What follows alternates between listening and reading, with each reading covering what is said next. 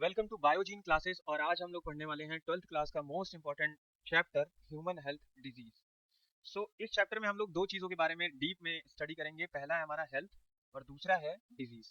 तो पहले ये जान लेते हैं कि हेल्थ एक्चुअली में होता क्या है। हिंदी में इसको हम स्वास्थ्य कह सकते हैं और ये भी कह सकते हैं कि बायोलॉजिकली जो हमारा स्वास्थ्य होता है, आमतौर की भाषा पे जो हम स्वास्थ्य की डेफिनेशन अभी तक समझ रहे थे, एक्चुअली में बायोलॉजी के हिसाब से ये तीन चीजों से मिलकर बना हुआ होता है। एक तो इंसान की भौतिक अवस्था क्या होती है, ये दूसरा उस इंसान की मानसिक अवस्था कैसी होती है, इसी के साथ साथ तीसरे नंबर पे जो है सामाजिक अवस्था। ये तीनों एक तरीके से एक हेल्थ, इंसान की एक प्रॉपर गुड हेल्थ बनाने में बहुत बड़ी भूमिका अदा करते हैं। वहीं पे हम इसको अगर इंग्लिश में देखें तो हम ये कह सकते हैं the physical state, mental state और सोशली वेलबींग।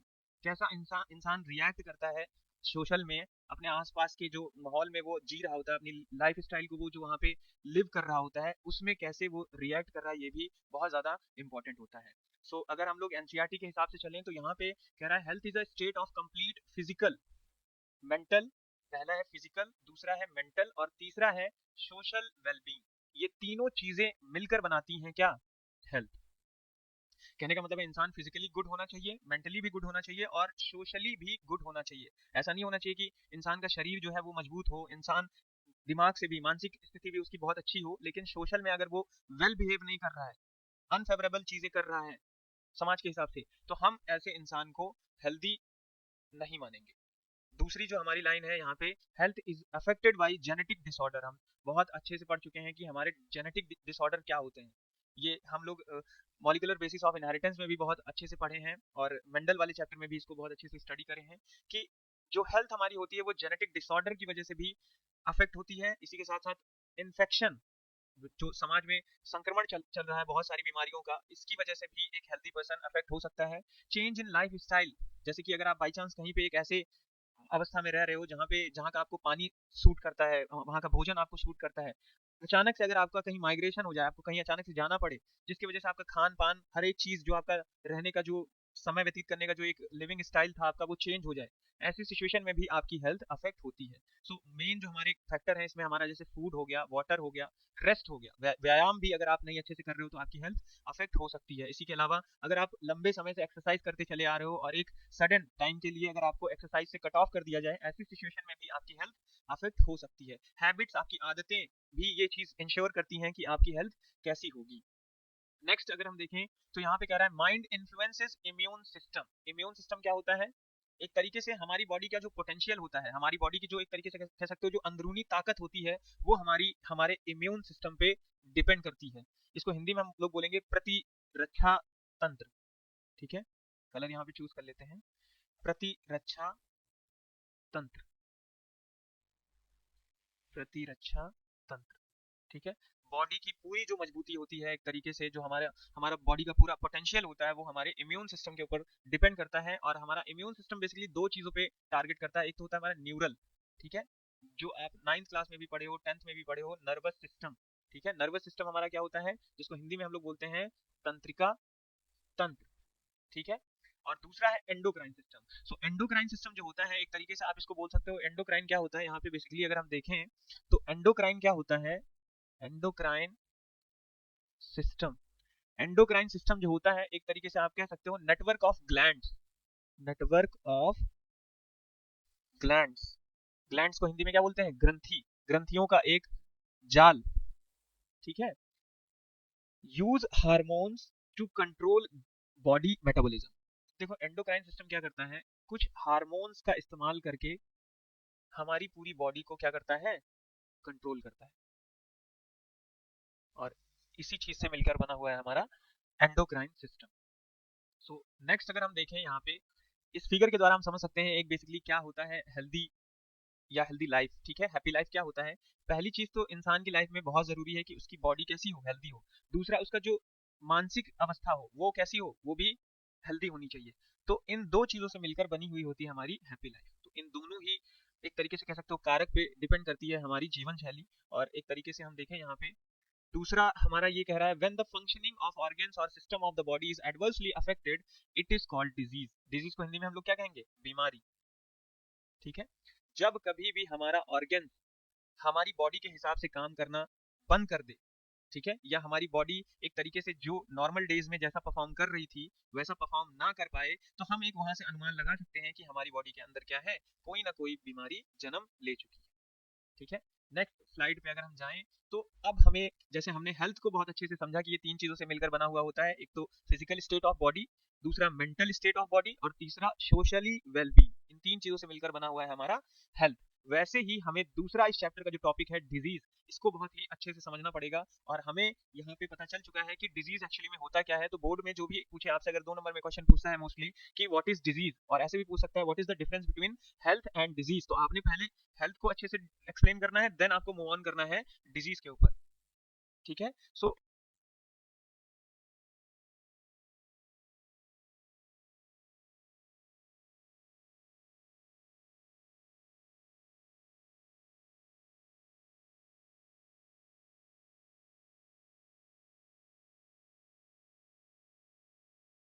संक्रमण से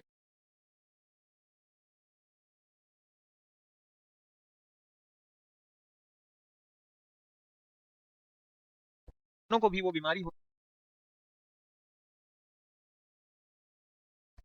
पे। दूसरे हाथ पे अगर हम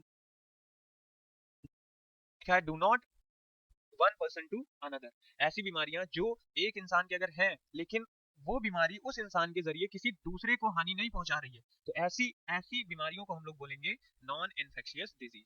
ठीक है, इसके बाद जो इस चैप्टर में मोस्ट इंपॉर्टेंट जो हमारा एक फैक्टर है, वो ये है पैथोजन। पहला देखो, हमें ये समझना है कि हमें हेल्थ के बारे में बहुत अच्छे से समझना है, दूसरा हमें डिजीज के बारे में बहुत अच्छे से समझना है, और तीसरा हमें पैथोजेंस को बहुत अच्छे तरीके से स्टडी करना है। मल्टीपल टाइप्स के पैथोजन, टाइप्स ऑफ पैथोजन हम अभी इसमें आगे पढ़ेंगे कि ऐसे कौन कौन से पैथोजन हैं जो इंसान के अंदर कौन कौन सी बीमारियां बना रहे हैं। तो पहले हमें ये समझना पड़ेगा व्हाट इज पैथोजन, एक्चुअली में पैथोजन होता क्या है। सो यहाँ पे लिखा है डिजीज कॉजिंग ऑर्गेनिज्म, कोई भी ऐसा जीव जो ह्यूमन बॉडी के अंदर, या कह लो एनिमल बॉडी के अंदर, या फिर ऑल्सो इन प्लांट्स, अगर किसी पेड़ पौधों के अंदर कोई भी जीव जो किसी भी प्रकार की बीमारी को बनाता है, उसे हम लोग बोलते हैं पैथोजन। क्या बोलते हैं, पैथोजन। ठीक है, और पैथोजन का ही एक तरीके से कह सकते हो टाइप है पैरासाइट। ठीक है, पैरासाइट्स ही बहुत ज्यादा भारी संख्या में बीमारियां बनाते हैं इंसान के शरीर के अंदर। सो यहाँ पे लिखा है पैरासाइट्स आर पैथोजन। ठीक है, parasites are pathogen as they harm the host. Host का मतलब एक तरीके से कह सकते हो बॉस। मान लो आपकी बीमार, आपके शरीर में कोई बीमारी होती है, ठीक है, तो उसको आप डिजीज कह दोगे। वो बीमारी किस जीव की वजह से हो रही है, उसको आप लोग बोल दोगे पैरासाइट या फिर पैथोजन। ठीक है, होस्ट का मतलब एक तरीके से कह सकते हो ह्यूमन बॉडी, ठीक है, या ह्यूमन सेल, जिसके अंदर पहली बार कोई पैथोजन या पैरासाइट एंटर करता है for the purpose of infection cause. ठीक है, नेक्स्ट अगर हम देखें यहाँ पे, so good humour hypothesis. Hypothesis का बेसिकली मतलब क्या होता है, परिकल्पना। हिंदी में इसको क्या बोलते हैं, परिकल्पना। ऐसी मतलब एक तरीके से कह सकते हो कि पहले के लोगों का कुछ मानना था, या कह लो पहले के कुछ एजुकेटेड पर्संस, या फिर कह सकते हो एक तरीके से रिसर्चर्स, जिनका मानना था कि गुड ह्यूमर हाइपोथेसिस क्या होता है। ये एक तरीके से 1 नंबर का क्वेश्चन यहाँ पे बनता है कि गुड ह्यूमर हाइपोथेसिस किसके द्वारा दी गई थी। तो यहाँ पे आपने ये याद रखना है, प्रपोज बाई हिप्पोक्रेट्स, ये नाम आप इसको रट सकते हो। हिप्पोक्रेट्स 1 नंबर का एमसीक्यू का क्वेश्चन आपका यहाँ पे बन सकता है। एंड इंडियन आयुर्वेदा सिस्टम, जो हमारा भारतीय आयुर्वेदिक अनुसंधान है, उसका एक तरीके से आप कह सकते हो कि इन दोनों लोगों ने मिलकर कुछ परिकल्पना करी डिजीज और हेल्थ के बारे में। सो यहाँ पे कह रहे हैं इनके हिसाब से क्या मानना है कि हेल्थ और डिजीज में क्या क्या होता है। यहाँ पे लिखा है it states that health is a state of body. ठीक है, हेल्थ क्या होता है, स्वास्थ्य होता है शरीर की अवस्था, and mind where there is a balance of certain humours. ठीक है, और ह्यूमर्स का आप एक तरीके से कह सकते हो कि ह्यूमर्स का मतलब क्या होता है, हास्य रस। ठीक है, हास्य रस हिंदी में मतलब, ह्यूमर का मतलब अगर आप किसी चीज का एक तरीके से कह सकते हो कि अगर आपकी कोई टांग खींच रहा है बातों बातों में, और आपने पलटकर उससे भारी जवाब दे दिया, तो आपका ये शो करता है कि आपके पास गुड ह्यूमर है। ठीक है, सो एक तरीके से हेल्थ जो इनके हिसाब से मानना है कि बनी हुई होती है, वो एक तो होता है स्टेट ऑफ बॉडी और माइंड। पहला क्या है, स्टेट ऑफ बॉडी, और दूसरा माइंड। जहां पे थोड़ा सा आप क्या कर दो, मिर्च मसाला लगा दो, किसका, ह्यूमर का। तो इनके हिसाब से हेल्थ मतलब एक हेल्दी इंसान आप उसको कंसीडर कर सकते हो। ठीक है, इसके अलावा पर्सन विथ ब्लैक बाइल। ठीक है, बाइल क्या होता है, ठीक है, अब ये आप अगर डाइजेस्टिव सिस्टम बहुत अच्छे से पढ़े हो, ठीक है, कि जो हमारा एक तरीके से लीवर होता है, पैनक्रियाज होता है, ठीक है, सो एक तरीके से कह सकते हो कि जो गॉल ब्लैडर भी होता है, ठीक है, गॉल ब्लैडर का हमारी बॉडी के अंदर क्या काम होता है? बाइल जूस को बनाना। ठीक है, बाइल जूस को बनाना।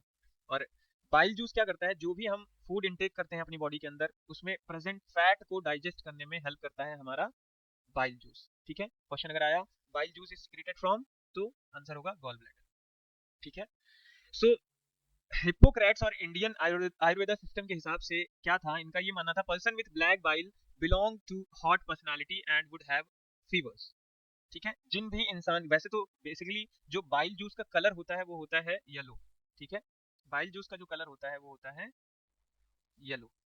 ठीक है, सो हिप्पोक्रेट्स के हिसाब से ये मानना था उनका कि जिन भी इंसान के अंदर ब्लैक बाइल, काले रंग का जो बाइल जूस है अगर उनकी बॉडी के अंदर, तो उनकी जो पर्सनालिटी है वो एक तरीके से बहुत गर्म मिजाज के वो लोग होते हैं और उनको फीवर्स बार बार आते रहते हैं। ठीक है, आमतौर के जीवन में भी आप देख सकते हो कि कुछ लोगों की ये शिकायत रहती है कि हमारे तो हमेशा बुखार लगा रहता है। ठीक है, एक्चुअली में उनको वो बुखार नहीं लगा रहता है, जो उसके पीछे का रीजन होता है वो होता है ब्लैक बाइल। कि मोस्ट प्रोबेबली ये हो सकता है कि उनके अंदर जो गॉल ब्लैडर बाइल जूस बना रहा है वो ब्लैक कलर का बना रहा है। ठीक है, इसके अलावा एक दूसरे हमारे रिसर्चर्स हैं यहाँ पे, विलियम हार्वे। ठीक है, ये भी नाम याद रखना। हिप्पोक्रेट्स ने दिया था क्या? Good humour hypothesis. और उन्होंने अपनी हेल्थ में क्या बताया था? स्टेट ऑफ बॉडी, माइंड, और उसमें थोड़ा सा तड़का लगा दो किसका? ह्यूमर का, तो बन जाती है हेल्थ। अभी जो हमने पीछे हेल्थ की जो तीन कारक पढ़े हमने, वो थोड़ा अलग है, मोस्ट प्रोबेबली सिमिलर ही है, बट उसमें जैसे हमने सोशल वेलबींग को देखा, यहाँ पे इन्होंने उसको रिप्लेस कर दिया था किससे? ह्यूमर से। ठीक है, so William Harvey disprove this hypothesis. और गुड ह्यूमर हाइपोथेसिस को डिसप्रूव किसने किया था? मतलब नकार दिया था एक तरीके से, कि हिपोक्रेट्स और इंडियन आयुर्वेदा सिस्टम के हिसाब से जो इन्होंने हेल्थ की डेफिनेशन दी है उसको नकारा किसने? विलियम हार्वे ने। ठीक है, ही डिस्कवर ब्लड सर्कुलेशन। इन्होंने क्या किया? ब्लड सर्कुलेशन, जैसे हमारी बॉडी में ब्लड सर्कुलेशन का परिसंचरण तंत्र का एक तरीके से कह सकते हो, ब्लड रक्त परिसंचरण तंत्र हिंदी में इसको बोलेंगे। और हमारी बॉडी में जो इसका काम होता है ब्लड सर्कुलेशन का, वो किया जाता है हार्ट के द्वारा, हमारे हृदय के द्वारा। ठीक है, तो इन्होंने ही पहली बार ब्लड सर्कुलेशन को डिस्कवर किया था and demonstrated normal body temperature in person with black bile using thermometer. और इन्होंने उसको मेजर करके दिखाया था कि ब्लैक बाइल बनने वालों की जो बॉडी होती है वो इतना भी नहीं हॉट होती है। ठीक है, हॉट इन द सेंस कि नॉर्मली बॉडी टेम्परेचर कितना होता है? 37 डिग्री सेल्सियस। अगर आपका किसी कारणवश जैसे कि देखा जाएगा 38 टू 40 या फिर 40 टू 45 डिग्री सेल्सियस टेम्परेचर हो रहा है, तो हम ये मान के चलेंगे कि इंसान को बुखार आ रहा है। तो इन्होंने ये चीज मेजर करके दिखाया with the help of thermometer. ठीक है, तापमान इंसान का माप के दिखाया और डिस्प्रूव किया कि हिपोक्रेट्स एंड इंडियन आयुर्वेदा का कहना गलत है। ऐसा बिल्कुल भी नहीं होता है कि जिन जिन भी इंसान के अंदर ब्लैक बाइल बन रहा है गॉल ब्लैडर के द्वारा, उनकी बॉडी हमेशा गर्म रहती है। ठीक है, सो यहाँ पे 4 टाइप्स ऑफ ह्यूमर्स, जैसे देखो यहाँ पे एक हो गया blood, yellow bile, black bile और फेलगम। ठीक है, नेक्स्ट अगर हम देखें अब, कुछ हमने जैसे अभी तक प्रीवियस क्लासेस में क्या, प्रीवियस क्लासेस में हमने बहुत अच्छे से पढ़ा हेल्थ के बारे में। दूसरा हमने किसके बारे में पढ़ा? डिजीज के बारे में पढ़ा। और किसके बारे में पढ़ा? पैथोजेंस को अच्छे से समझा कि पैथोजन की डेफिनेशन क्या होती है। Disease causing organism is known as pathogen. ठीक है, उसके बाद हमने गुड ह्यूमर हाइपोथेसिस पढ़ा।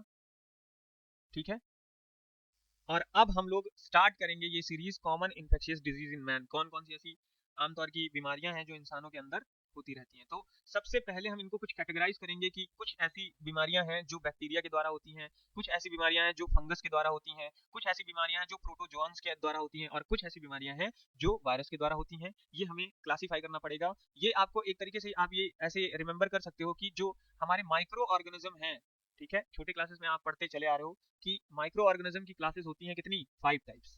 जिसमें कौन कौन आता है? पहला है हमारा बैक्टीरिया, दूसरा है फंजाई, और तीसरा है प्रोटोजॉन्स, प्रोटोजोआ कह सकते हो। चौथा है blue green algae, blue green algae, और पांचवी लास्ट वायरस।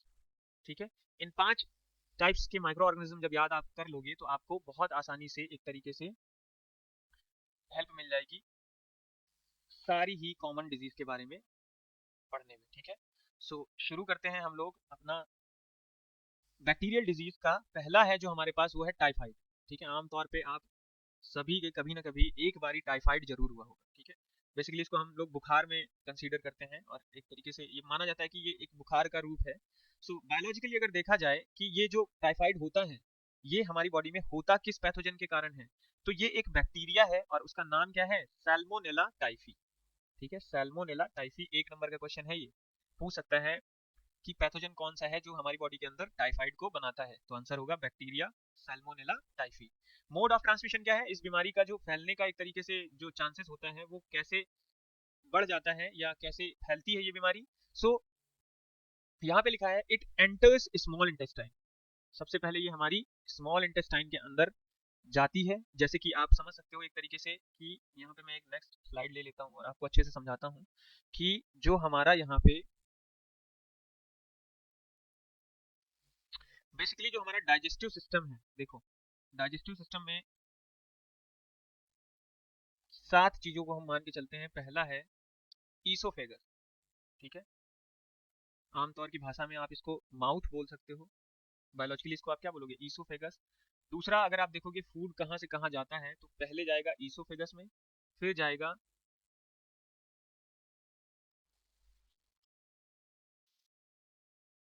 डाइजेस्टिव सिस्टम में। एक तरीके से आप देखोगे फूड हमारा सबसे पहले माउथ से जाएगा ईसोफेगस में, ठीक है, आहार नली में, और फिर जाता है फूड हमारा स्टमक में, ठीक है। फिर स्टमक से एंटर करता है सबसे पहले स्मॉल इंटेस्टाइन में, स्मॉल इंटेस्टाइन में, छोटी आंत में, और फिर यहाँ से फूड हमारा मूव करता है किधर? लार्ज इंटेस्टाइन में, ठीक है, लार्ज इंटेस्टाइन। देन हमारा जाता है फूड लार्ज इंटेस्टाइन के बाद रेक्टम में, और छठा हमारा जाता है एनएस के द्वारा हमारा फूड जो वेस्ट मटेरियल होता है हमारा बॉडी का वो रिमूव आउट हो जाता है, ठीक है। तो हमें ध्यान देना है स्मॉल इंटेस्टाइन के ऊपर, ठीक है। फूड जो भी हम इंटेक करेंगे, मान लो उसमें कौन सा पैथोजन है? सैल्मोनेला टाइफी है, तो वो हमारे माउथ के द्वारा ईसोफेगस में जाएगा, ईसोफेगस से स्टमक में, और स्टमक में भोजन के द्वारा या पानी के द्वारा वो पहुंचेगा कहाँ पे? स्मॉल इंटेस्टाइन में, क्योंकि मोस्ट ऑफ जो एब्जॉर्प्शन ऑफ फूड होता है, एब्जॉर्प्शन ऑफ फूड जो अवशोषण होता है भोजन का, वो सबसे ज्यादा कहाँ पे होता है? स्मॉल इंटेस्टाइन में होता है, ठीक है। तो यहीं से वो एक तरीके से एंट्री लेता है। यहाँ पे इसीलिए लिखा है it enters small intestine through food and water and migrates to other organ via blood. अब देखो आपने जो भी खाना खाया उसमें सैल्मोनेला टाइफी नाम की बैक्टीरिया थी। जब भोजन का एब्जॉर्प्शन होगा स्मॉल इंटेस्टाइन में, एब्जॉर्प्शन के टाइम पे एक्चुअली में होता यह है कि जो भोजन में न्यूट्रिएंट प्रेजेंट होते हैं, खनिज जो भी होते हैं, वो बॉडी छोटे छोटे ब्लड वेसिकल्स के द्वारा उसको एब्जॉर्ब करती है। उसी दौरान वो सैल्मोनेला टाइफी भी एब्जॉर्ब कर ली जाएगी, ठीक है। तो पहले गया स्टमक में, स्टमक से फिर स्मॉल इंटेस्टाइन में, और स्मॉल इंटेस्टाइन में एब्जॉर्ब होकर वो ब्लड में मिक्स होगा, और ब्लड का सर्कुलेशन हार्ट हमारी पूरी बॉडी के अंदर कर देगा, जिसकी वजह से सैल्मोनेला टाइफी हमारे पूरी बॉडी में ट्रांसमिट कर जाएगी और हमारे अंदर टाइफाइड नाम की बीमारी कॉज कर देगी, ठीक है। ये बीमारी होते ही कुछ इसके सिम्टम्स होते हैं, लक्षण जिसको आप हिंदी में कह सकते हो, ठीक है। क्या होते हैं लक्षण? यहाँ पे पहला है सस्टेन्ड हाई फीवर, बहुत तेजी से एक तरीके से बुखार नहीं आता है, हल्का हल्का बुखार फील करेगा इंसान। नॉर्मली मैंने आपको पहले भी बताया कि नॉर्मली जो बॉडी का टेम्परेचर होता है वो 37 डिग्री सेल्सियस होता है, 37 डिग्री से होकर वो 39 to 40 हो सकता है। हेडेक होगा बहुत तेज उसका, वीकनेस होगा, स्टमक पेन करेगा, कॉन्स्टिपेशन, लूज मोशन जिसको आप कह सकते हो, लॉस ऑफ एपेटाइट। एपेटाइट का मतलब होता है हमारे शरीर के अंदर आपको जितनी तेज भूख लगती है, इट मींस कि ये आपका एपेटाइट उस चीज की नीड कर रहा है, फूड की नीड कर रहा है। जितना बड़ा आपका एपेटाइट होगा आपको उतनी ज्यादा भूख लगेगी, उतने ज्यादा अमाउंट में आप अपना भोजन इंटेक कर पाओगे, अपनी बॉडी को दे पाओगे। जिस भी इंसान का एपेटाइट छोटा होता जाता है वो खाना खाना कम कर देता है, ठीक है। तो हमें ये समझ के चलना है कि एपेटाइट हमारा चला जाएगा, गायब होने लगेगा धीरे धीरे, आपको भूख लगनी बंद हो जाएगी। इंटेस्टाइनल परफोरेशन, परफोरेशन का मतलब होता है छेद करना। इंटेस्टाइन के अंदर आप क्या करेगा सैल्मोनेला टाइफी? छोटे छोटे होल्स बना देगा, ठीक है, छाले टाइप का, एंड डेथ में कॉज। अगर इस यहाँ तक हालत आ जाती है कि स्मॉल इंटेस्टाइन के अंदर सैल्मोनेला टाइफी बैक्टीरिया ने क्या कर दिया है? परफोरेट कर दिया उसको, ठीक है। तो ऐसी सिचुएशन में हम ये मान के चलते हैं कि इंसान की मृत्यु भी हो सकती है अगर उसका सही टाइम पे इलाज नहीं कराया गया, ठीक है। नेक्स्ट अगर हम पढ़ें यहाँ पे, तो हमारा एक तरीके से देख सकते हो कि जो ये टाइफाइड है, एक्चुअली में ये नाम इस बीमारी का टाइफाइड कैसे पड़ा? सो एक पहले के टाइम पे एक तरीके से कह सकते हो खाना बनाने वाली जो होती हैं, एक तरीके से जो घर में कुक होती हैं, ठीक है, नौकरानी कह सकते हो जिसको, तो एक मैरी मेलन जिसका निक नेम क्या था? ठीक है, मैरी मेलन निक नेम की एक लेडीज थी जिनका पूरा नाम क्या था? टाइफॉइड मैरी, ठीक है। वॉज अ प्रोफेशनल कुक, वो एक तरीके से एक कुक थी। She was a typhoid carrier, और उनको पहली बार एक तरीके से कह सकते हो कि पहली बार क्या ये नोटिस में आया कि उनको टाइफाइड हुआ था या फिर ऑलरेडी उनको पहले से टाइफाइड था। Who continued to spread typhoid for several years, और टाइफाइड होने के बावजूद भी उन्होंने क्या किया, लोगों को खाना बना बना कर खिलाया।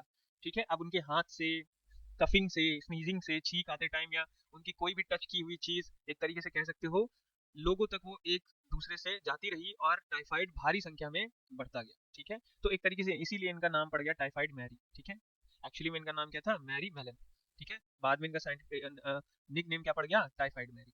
ठीक, और बेसिकली अगर यहाँ पे देखो, अगर किसी इंसान के अंदर टाइफाइड हुआ है तो उसका जो टेस्ट हम करते हैं वो होता है वाइडल टेस्ट। ठीक है, जो पहली बार आप जब भी कभी डॉक्टर के पास जाओगे तो डॉक्टर आपका क्या करेगा, वाइडल टेस्ट करेगा, और बेसिकली वाइडल टेस्ट का जो प्राइस होता है वो 300 रुपीज होता है। ठीक है, इसमें आपको एक आइडिया मिल जाता है कि आपके अंदर जो सैल्मोनेला टाइफी का क्वांटिटी है वो कितनी आ गई है ब्लड में। अगर आपने और एक्यूरेटली देखना है तो इसके बाद एक आता है टाइफी टेस्ट। ठीक है, ये थोड़ा महंगा होता है, शायद 500 से 600 रुपए के बीच में होता है, बट इसमें एग्जैक्टली बता दिया जाता है कि इंसान के अंदर या ब्लड के अंदर कितना संख्या में या कितना ज्यादा amount of Salmonella typhi bacteria आ चुकी है और कितना वो इन्फेक्शन कॉज कर चुकी है। ठीक है, नेक्स्ट अगर हम देखें यहाँ पे, सो बैक्टीरियल डिजीज के अंदर एक पहला हमने टाइफाइड के बारे में बहुत अच्छे से पढ़ लिया। अब हम दूसरा पढ़ेंगे निमोनिया। ठीक है, निमोनिया क्या होता है, एक तरीके से इट इन्फेक्ट्स लंग एल्वेलाई, जो हमारे फेफड़े होते हैं। ठीक है, फेफड़े होते हैं उनमें एक ऑर्गन कह सकते हो या कह सकते हो उसका हिस्सा होता है एल्वेलाई। ठीक है, एल्वेलाई क्या होता है, सैक लाइक स्ट्रक्चर होता है, सैक लाइक स्ट्रक्चर होता है हमारे फेफड़ों के अंदर, जो कि मदद करता है ऑक्सीजन को खींचने में। ठीक है, तो एल्वेलाई एक तरीके से कह सकते हो एंट्री होती है जहां पे जब आप रेस्पिरेशन करते हो, ठीक है, श्वसन करते हो, तो जो एयर में O2 प्रेजेंट होती है वो सबसे पहले उसको सक करने का काम क्या होता है, किसका होता है, एल्वेलाई का होता है। सबसे पहले वो एल्वेलाई के कांटेक्ट में जैसी ऑक्सीजन आएगी वो उसको ट्रैप कर लेती है। ठीक है, तो ऐसी सिचुएशन में जब भी कभी आपको निमोनिया होता है तो ये एल्वेलाई के ही ऊपर अटैक करती है सबसे पहले निमोनिया। ठीक है, तो आपको सांस लेने में दिक्कत चालू होगी। ठीक है, तो वही यहाँ पे लिखा भी है, देखो, the alveoli get filled with fluid. ठीक है, एक फ्लूइड के द्वारा भर जाता है जिसको आप म्यूकस लाइक स्ट्रक्चर कह सकते हो, लीडिंग टू रेस्पिरेटरी प्रॉब्लम्स, सांस लेने में आपको दिक्कत होगी, रेस्पिरेटरी प्रॉब्लम्स मतलब सांस लेने में आपको तकलीफ होगी। ठीक है, नेक्स्ट अगर हम देखें यहाँ पे, निमोनिया जो होता है ये होता किस वजह से है, तो यहाँ पे लिखा है स्ट्रेप्टोकोकस निमोनियाe, एक बैक्टीरिया कह सकते हो जिसका नाम है स्ट्रेप्टोकोकस निमोनियाe एंड हीमोफिलस इन्फ्लुएंजाई। ठीक है, हीमोफिलस इन्फ्लुएंजाई। ठीक, ये दो ऐसी बैक्टीरिया हैं जो इंसान के अंदर निमोनिया बीमारी को कॉज करते हैं।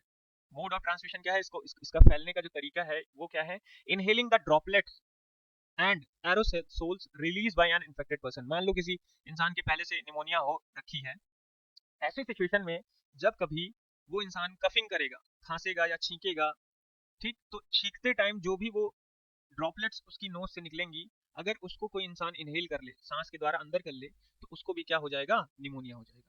ठीक है, दूसरा, sharing glasses and utensils with an infected person. मान लो किसी इंसान को निमोनिया है, अगर आप उसी के साथ खा पी रहे हो, जिस ग्लास में वो पानी पी रहा है आप भी उसी ग्लास में पानी पी रहे हो, जिस थाली में वो खाना खा रहा है आप भी उसका जूठा खा रहे हो, तो ऐसी सिचुएशन में बहुत ज्यादा चांसेस होता है कि आपको भी निमोनिया नाम की बीमारी हो जाएगी। ठीक है, निमोनिया बीमारी का बेसिक सा काम या फंक्शन क्या होता है, इंसान की जो लंग्स के अंदर एल्वेलाई होती हैं उसको एक जेली लाइक स्ट्रक्चर जिसको आप म्यूकस कह सकते हो उसके द्वारा उसको भर देता है। से प्रॉब्लम क्या होती है, इंसान को सांस लेने में दिक्कत होती है। ठीक है, यहाँ पे कुछ स्ट्रक्चर देख सकते हो कि स्ट्रेप्टोकोकस निमोनियाe कुछ ऐसी दिखती है माइक्रोस्कोप में, वहीं पे इन्फ्लुएंजाई जो होती है, हाइमोफिलस इन्फ्लुएंजाई होती है, वो कुछ रॉड लाइक शेप में होती है, ये ओवल शेप में होती है, और इन्फ्लुएंजाई हमारी रॉड शेप में होती है। ठीक है, यहाँ पे देखो जैसे बनाया भी है, छींकते टाइम ये जो ड्रॉपलेट्स हैं इनके द्वारा ये बीमारी बहुत आसानी से फैलती है और ये लिक्विड होते हैं। ठीक है, नेक्स्ट हम देखें यहाँ पे, निमोनिया में ही रेस्पिरेटरी प्रॉब्लम्स, इसके सिम्टम्स क्या होंगे, इंसान को सांस लेने में तकलीफ होगी, बुखार आएगा, चिल्स, उसको ठंडी लगेगी हल्की हल्की, कफिंग होगा, हेडेक होगा बहुत तेजी से। इन सीवियर केसेस क्या होगा, बहुत ज्यादा जब इंसान की हालत ज्यादा सीरियस होगी, ऐसी सिचुएशन में लिप्स एंड फिंगर नेल्स, ठीक है, नाखून जो होंगे और जो लिप्स होंगी ये turn grey to bluish colour. ठीक है, ये ग्रे से क्या हो जाएंगी, ब्लू कलर में परिवर्तित होने लगती है। नेक्स्ट अगर हम देखें यहाँ पे वायरल डिजीज, तो हमने अगर एक तरीके से आप देखो बैक्टीरियल डिजीज में आप इस चैप्टर में कितनी डिजीज पढ़े, पहला तो आपने पढ़ा टाइफाइड, ठीक है, और दूसरा आपने पढ़ा निमोनिया, तो ये दो डिजीज हैं जिनके बारे में आपने पढ़ा, और ये बैक्टीरिया से होने वाली बीमारियां हैं। पहला टाइफाइड, दूसरा निमोनिया। ठीक है, अब हम लोग पढ़ने जा रहे हैं कुछ वायरल डिजीजेस जो हमारी बॉडी के अंदर वायरस के द्वारा होती है। ठीक है, जो हमारी बॉडी के अंदर वायरस के द्वारा होती हैं। नंबर 1 पे है हमारा कॉमन कोल्ड। ठीक है, कॉमन कोल्ड, इसको एक तरीके से आमतौर की भाषा में जुखाम कहा जाता है। ठीक है, तो बेसिकली जुखाम जो होता है वो होता किस पैथोजन के कारण है, किस पैरासाइट के द्वारा होता है। हमें यहाँ पे इसको समझने के लिए देखो, यहाँ पे लिखा है it infects nose and respiratory passage but not lungs. एक तरीके से हम यहाँ पे देखें, जो हमारा इसके पहले की बीमारी हमने पढ़ी थी निमोनिया, वो हमारा डायरेक्टली किसको हानि पहुंचा रहा था, हमारे फेफड़ों को, और फेफड़ों के अंदर जो उपस्थित हैं एल्वियोलाई, ठीक है, उनके ऊपर अटैक कर रहा था। बट यहाँ पे कॉमन कोल्ड में हमारा जो फेफड़ा होगा उसको कोई भी प्रॉब्लम नहीं होगी। ठीक है, बट जो रेस्पिरेटरी पैसेज है, नोज है, हमारी नासिका है, जो उसमें बहुत सारी दिक्कतें आपको देखने को मिलेंगी। ठीक है, और कह रहा है it last for 3 to 7 days, ये 3 से 7 दिन तक ये चलता है कॉमन कोल्ड इंसान के अंदर। ठीक है, नेजल कैविटी जैसे आप देख पा रहे हो, यहाँ पे नेजल कैविटी है, फेरेंक्स ये हमारा गले के पास, और लैरिंक्स हमारा ये कंठस्थ के पास, जिसको आप इंग्लिश में वोकल कार्ड बोलते हो, इसके पास है। और इन 3 चीजों से मिलकर बना हुआ है हमारा अपर रेस्पिरेटरी ट्रैक, और यहीं पे हमारा कॉमन कोल्ड अटैक करता है। ठीक है, लोअर रेस्पिरेटरी ट्रैक में आप देखोगे यहाँ पे ट्रैकिया, प्राइमरी ब्रोंकाई, एल्वेलाई और लंग। ठीक है, यहाँ पे एल्वेलाई, ठीक है, और ये लंग्स, ये है हमारी एल्वेलाई, जो अभी हमने बताया था आपको कि सैक लाइक स्ट्रक्चर होता है।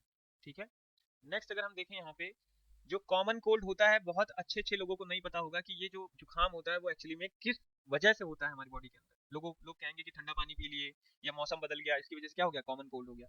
एक्चुअली में जो बायोलॉजिकली अगर इसका जो रीजन है वो ये है कि एक वायरस होता है जिसका नाम है राइनो वायरसेस। क्या नाम है, राइनो वायरसेस। ठीक है, जो हमारे अंदर कॉमन कोल्ड को स्प्रेड करने के लिए रिस्पॉन्सिबल होता है। ठीक है, दूसरा हम देखें मोड ऑफ ट्रांसमिशन, ये बीमारी फैलती कैसे है, तो सेम टू सेम वैसे ही देखो, इनहेलिंग ड्रॉपलेट रिजल्टिंग फ्रॉम कफ और स्नीजेस। ठीक है, किसी ऐसा इंसान जिसको कॉमन कोल्ड हो रखा है, अगर वो छींकता है, कफिंग करता है, खांसता है, और उस दौरान जो भी लिक्विड मटेरियल उसकी नोज से या माउथ से रिलीज होते हैं, उनको अगर कोई इनहेल कर ले, ठीक है, ऐसी सिचुएशन में आपको कॉमन कोल्ड होने के बहुत ज्यादा चांसेस हैं। Through contaminated objects, through contaminated objects जैसे कि pen, book, cup, door knob, computer accessories, mobile ETC, जो भी आमतौर पे इंसान की जो यूज करने की चीजें होती हैं, अगर कोई एक ऐसा इंसान जो जिसकी कॉमन कोल्ड हो रखा है, अगर उसकी एसेसरीज, आप उसकी सामग्रियों का सेवन कर रहे हैं, तो आपको बहुत ज्यादा हाई रिस्क है कि आपको कॉमन कोल्ड हो सकता है। ठीक है, सिम्टम्स क्या है, नेजल कंजेशन। ठीक है, नेजल कंजेशन मतलब एक तरीके से कह सकते हो कि जो आपकी जो नासिका द्वार होती है उसमें बहुत सारी प्रॉब्लम्स होती हैं, कि उसमें फ्लूइड हमेशा भरा रहेगा, म्यूकस बनता रहेगा, एंड डिस्चार्ज, ठीक है, म्यूकस का डिस्चार्ज होता रहेगा। ठीक है, लिक्विड रिलीज होता रहेगा, फीवर होगा, आपको हेडेक होगा, सोर थ्रोट, ठीक है, गले में वो खराश जिसको बोलते हो आप, ठीक है, वो होती रहेगी, कफिंग होती रहेगी, हॉर्सनेस होता रहेगा, पानी पीने पे गले में लगेगा, ठीक है, और टायर्डनेस, आप बहुत ही वीक फील करोगे। ये सब सिम्टम्स हैं कॉमन कोल्ड की। ठीक है, तो यहाँ पे हम समझ लिए हैं कि बैक्टीरिया की हमने 2 डिजीज पढ़ी, पहला, दूसरा, तीसरा और चौथा। यहाँ पे अभी तक हम 4 डिजीज के बारे में पढ़े। ठीक है, बैक्टीरिया के बारे में अगर हम देखें यहाँ पे, तो सबसे पहले हमने पढ़ा टाइफाइड, दूसरा हमने निमोनिया, और तीसरा हमने वायरल डिजीज में एक कॉमन कोल्ड, सिर्फ एक ही बीमारी पढ़ी। और अब हम लोग पढ़ने जा रहे हैं प्रोटोजुआन्स डिजीज। जैसे कि मैंने आपको पहले ही बता रखा है कि माइक्रो ऑर्गेनिज्म की 5 क्लासेस होती हैं। ठीक है, अभी तक हमने कोई भी एक तरीके से फंजाई वाली कोई भी ऐसी बीमारी नहीं पढ़ी, और ब्लू ग्रीन अलगी वाली कोई भी बीमारी नहीं पढ़ी है, बैक्टीरिया, वायरस। और now we moving to the protozoans disease, और इसके दौरान सबसे पहली डिजीज हम पढ़ेंगे कौन सी, मलेरिया। ठीक है, मलेरिया का जो पैथोजन है, मलेरिया जिसकी वजह से एक्चुअली में होती है, उसके पीछे का जो सबसे साइंटिफिक पैथोजन है वो है प्लाज्मोडियम स्पीशीज। ठीक है, प्लाज्मोडियम स्पीशीज, जिसमें पी वाइवैक्स आता है एक नंबर पे, दूसरा है पी मलेरियाए, और तीसरा है पी फैल्सीपरम। पी का मतलब यहाँ पे प्लाज्मोडियम। ठीक है, पी का मतलब प्लाज्मोडियम, यहाँ पे भी पी का मतलब प्लाज्मोडियम। ठीक है, जहाँ पे इन तीनों के अंतर्गत आप देखोगे कि जो हमारा पी फैल्सीपरम होता है, प्रोटोजुआन्स, ये मोस्ट सीरियस पैथोजन माना जाता है मलेरिया के लिए। मैलिगेंट का मतलब एक तरीके से कह सकते हो बहुत ही खतरनाक।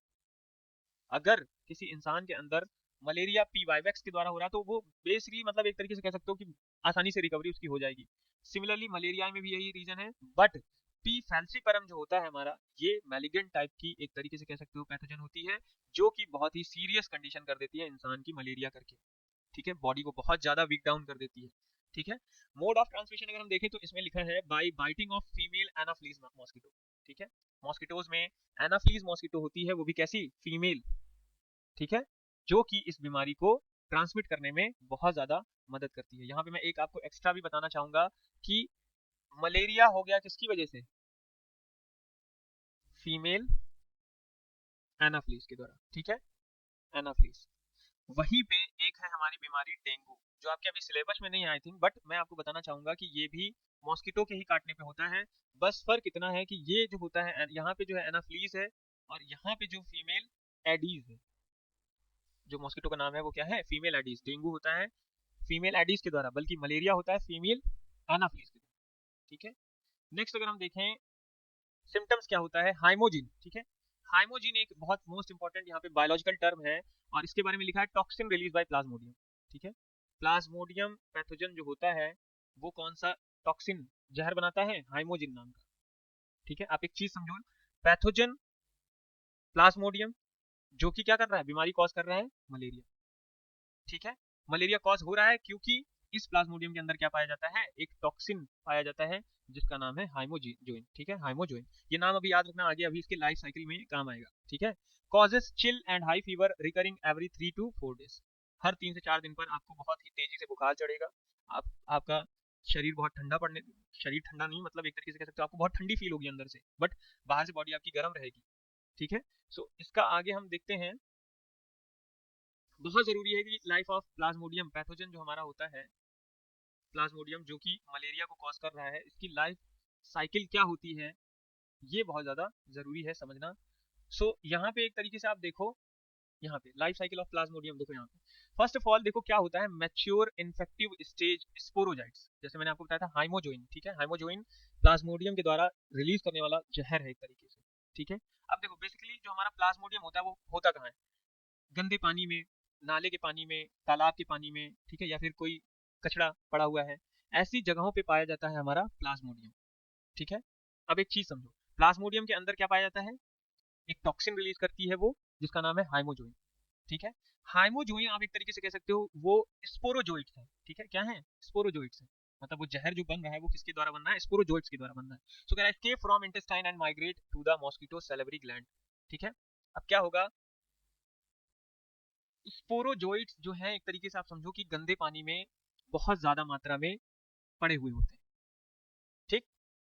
प्लाज्मोडियम के अंदर स्पोरोजोइट्स एंट्री करते हैं, प्लाज्मोडियम के अंदर स्पोरोजोइट्स एंटर होने की वजह से वो उसको टॉक्सिक बनाते हैं, ठीक है, जिसकी वजह से प्लाज्मोडियम के अंदर एक टॉक्सिन रिलीज होता है जिसका नाम है हाइमोजोइन, ठीक। इतनी सिचुएशन अगर आप समझ गए हो तो अब आगे का साइकिल समझने में बहुत आसानी हो जाएगी, ठीक है। अब देखो क्या होगा, बेसिकली आप और एक चीज दिमाग में रखो कि मच्छर भी कहाँ पे एक्चुअली पनपते हैं, गंदे पानी में, तालाब के पानी में, या कई दिनों से अगर पानी कहीं पे स्टोर करा हुआ रखा है तो उसमें भी बहुत भारी मात्रा में मच्छर जन्म लेते हैं, ठीक है। और गंदे पानी में ही क्या पाए जाते हैं, प्लाज्मोडियम भी पाया जाता है, प्रोटोजोआंस भी पाया जाता है, ठीक है। ऐसी सिचुएशन में आप एक तरीके से समझो, प्रोटोजोआंस जो प्लाज्मोडियम है वो पहले मच्छर को इन्फेक्ट करेगा, और गलती से अगर वो इन्फेक्टेड मच्छर आपके काट लेता है, इसलिए तो इसको ट्रांसमिशन में रखा गया है, बीच का एक तरीके से ये डाकिया है जो उस गंदे पानी में प्लाज्मोडियम के स्पोरोजोइट्स पहुंचा रहा है, कहां तक, इंसानों तक पहुंचा रहा है। इंसान थोड़ी ना जाके कोई गंदा पानी, महीनों से रखा हुआ गंदा पानी या नाले का पानी पी लेगा, है कि नहीं। सो ऐसी सिचुएशन में मच्छर को पहले इन्फेक्ट करेगा कौन, प्लाज्मोडियम, और फिर मच्छर अगर वही काट लेता है हमारे, तो ऐसी सिचुएशन में हमें मलेरिया हो जाएगा, ठीक है। सो नेक्स्ट यहाँ पे लिखा है मॉस्किटो बाइट्स अनदर ह्यूमन, जब कभी एक इन्फेक्टेड मॉस्किटो किसी अनअफेक्टेड पर्सन को बाइट करता है तो क्या होता है, हम ये मान के चलते हैं कि वो स्पोरोजोइट, ठीक है, आर इंजेक्टेड, वो स्पोरोजोइट्स जो उस प्लाज्मोडियम के अंदर थे वही स्पोरोजोइट्स चले गए एक ह्यूमन बीइंग के अंदर मच्छर के द्वारा, ठीक है। अब क्या होगा, parasite reach the liver through blood, अब वो लीवर तक जाएंगे ब्लड के द्वारा, ए सेक्सुअल रिप्रोडक्शन करेगा in liver cell, bursting cell release into blood. अब देखो ए सेक्सुअली रिप्रोड्यूस करेगा ये प्लाज्मोडियम, स्पोरोजोइट्स अपना ए सेक्सुअल रिप्रोडक्शन करता है लीवर के अंदर और ब्लड में जाके मिक्स हो जाता है, ठीक है। Asexual reproduction in RBC red blood cell जिसका नाम है, bursting RBC release haemozoin, cycle of fever and other symptoms, जैसे ही लीवर के अंदर ये सेक्सुअल रिप्रोडक्शन करेगा स्पोरोजोइट्स, उसी दौरान क्या होगा, आरबीसी बर्स्ट करेगी, फटेगी, तो जब वो फटेगी तो उस सिचुएशन में हाइमोजोइन नाम का जहर रिलीज होगा या कैलोटॉक्सिन रिलीज होगा, और फिर ऐसी सिचुएशन में gametocyte sexual stage in RBC, अब उसके बाद क्या होगा, सेक्सुअल रिप्रोडक्शन होगा, और फिर फीमेल मॉस्किटो सक ब्लड विथ गैमेटोसाइट्स, और फीमेल जब भी कभी क्या करेगी, ब्लड को सक करेगी तो वो गैमेटोसाइट फीमेल के अंदर भी चला जाएगा। Fertilisation and development in mosquito gut, और स्पोरोजाइट्स का या कह लो हाइमोजोइन का या फिर एक तरीके से कह सकते हो उस प्लाज्मोडियम का फर्टिलाइजेशन और डेवलपमेंट होगा मॉस्किटो के गट में, गले में, और फिर से वही चीज आ जाएगी mature infected stage, sporozoite escape from intestine and migrates to the mosquito salivary gland, और वो मॉस्किटो की लार में, सलाइवा में मिक्स हो जाएगा। देन अब वो मच्छर क्या हो गया, मोड ऑफ ट्रांसमिशन बन गया। अब वो मच्छर जिस जिस भी इंसान को काटेगा, हर एक इंसान के अंदर वो हाइमोजोइन नाम का जो टॉक्सिन है इंसर्ट करता जाएगा और इंसान को मलेरिया होता जाएगा। ठीक है, नेक्स्ट अगर हम देखें प्रोटोजोन की दूसरी जो बीमारी है वो है अमेबाइसिस। ठीक है, अमेबाइसिस। ठीक है, अमेबाइसिस या फिर अमेबिक डिसेंट्री नाम से भी हम लोग इसको जानते हैं, और यहाँ पे हम लोग देखें कि इसका जो पैथोजन होता है वो क्या होता है, एंट अमीबा हिस्टोलिटिका। ठीक है, एंट अमीबा हिस्टोलिटिका एक नाम का पैथोजन है, प्रोटोजुआ है एंट अमीबा हिस्टोलिटिका, जो अमेबियासिस कॉज करता है ह्यूमन के अंदर। ऐसी सिचुएशन में ये बीमारी जो होती है फैलती कैसे है, अमेबियासिस। सो हाउस फ्लाइज, घर की जो मक्खियां होती हैं, मैकेनिकल कैरियर होती हैं, transmit parasite from faeces to food and water. Faeces का मतलब होता है वेस्ट मटेरियल, चाहे वो कफ हो गया, रिलीजिंग कफ हो गया, या फिर स्टूल हो गया, ठीक है, सीवेज कह लो, या फिर उन सभी चीजों में पाई जाती है एंट अमीबा हिस्टोलिटिका। ठीक है, जैसे पॉटी हो गई, इसके अंदर क्या पाया जाता है, एंट अमीबा हिस्टोलिटिका नाम का प्रोटोजुआ पाया जाता है, और वहीं से फैलता है हमारा Entamoeba histolytica person to person. वो अगर मक्खी जाके उस गंदी चीज पे बैठेगी, मक्खियों के ऊपर आ गया क्या, एंट अमीबा हिस्टोलिटिका। अब वो मक्खी जाके कहीं भी होटल में जाके वो मिठाई के ऊपर बैठ गई, समोसे के ऊपर बैठ गई, जलेबी के ऊपर बैठ गई, ऐसी सिचुएशन में वो एंट अमीबा हिस्टोलिका कहाँ पहुंच गई, उन खाद्य पदार्थ की चीजों पे पहुंच गई।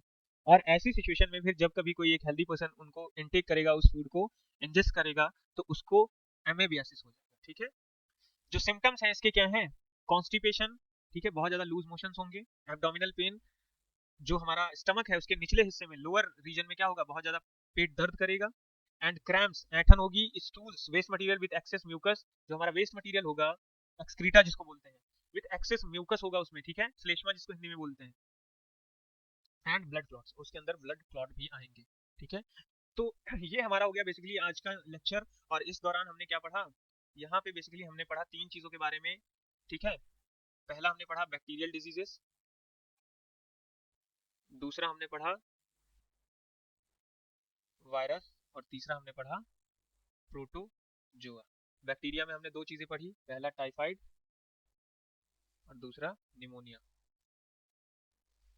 वायरस के अंदर हमने एक ही पढ़ा, कॉमन कोल्ड, और प्रोटोजोआंस के अंदर भी हमने दो बीमारियां पढ़ी। ठीक है, प्रोटोजोन्स के अंदर भी हमने दो पढ़ी, पहला है मलेरिया और दूसरा है एमेबियासिस। ठीक है, पहला है मलेरिया और दूसरा है एमेबियासिस।